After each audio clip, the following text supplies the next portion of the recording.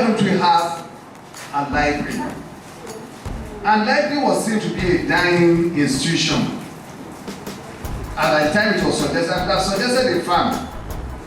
But because he always emphasized one thing, that he wants a scholarly and a religious home.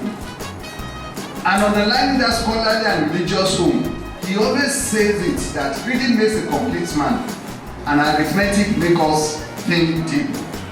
He also always says one thing, that is, if you cannot move the world, move your continent.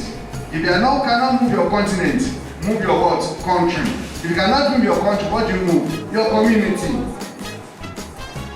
If you cannot move your community, you move what? You move your household. So those are the things that now led to the establishment of this library. It would have been something that we inherit the money if we died then. The children will have the money, we can buy fine cars, racing cars that we will enjoy. I was just at home, invited me. I went to another platform, Netherlands, and they took me to Netherlands. And when I got to Netherlands, it was not a platform.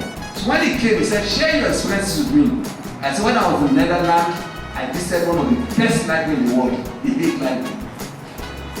The Hague Library is just not a library, it is a cultural center.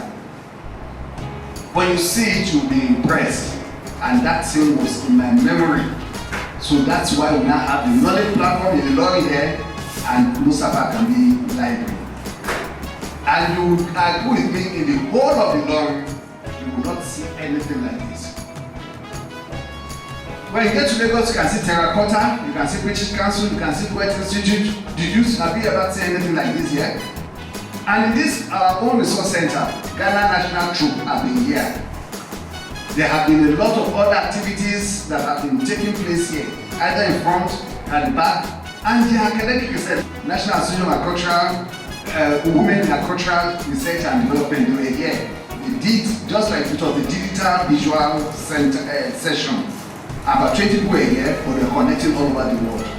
And we were all applauding that this place looks like an international center.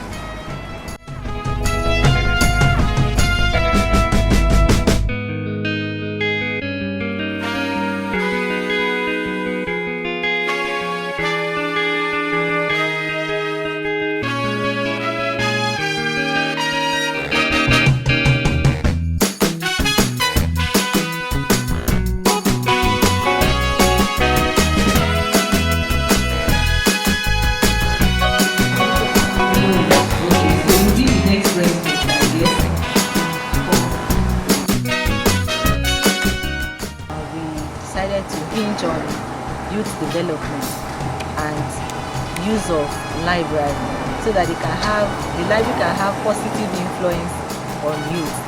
November 16th being a day that the library was commissioned 4 years ago, we decided to use it as an annual lecture program to encourage the youth in the right direction, so that as they have coined it as the leaders of tomorrow, we also need to embrace them, we need to inspire them, and we need to put them on the right path to gain knowledge which will help them in their leadership quest. They said readers are leaders. Most of what we have seen today is because an average youth has not been an average reader. The knowledge is there for you to tap from. The experiences of other people that are well-meaning and has moved this country forward are there. Actually, those who formed the heroes of the past actually bring the nation to bear at their own age. From Gowon at 29 and other people at younger ages, and more of their own age group, which were youthful ages.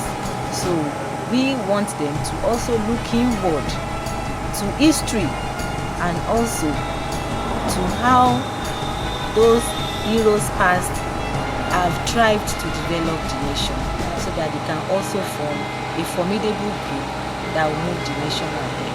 Library resources, accessibility, and as a positive development.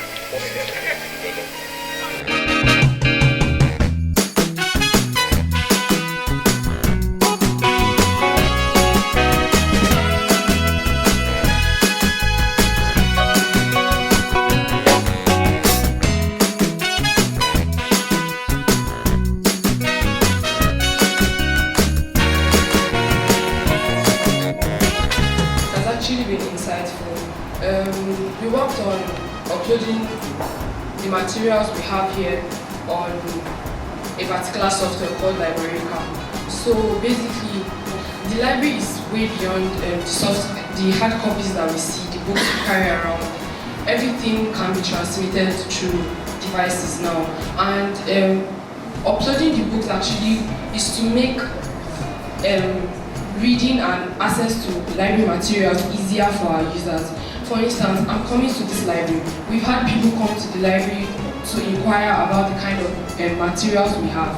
For you to know, Mustafa Akanbi Library is actually a private library, but made available to the public users. So we won't have as much resources as National Library would have.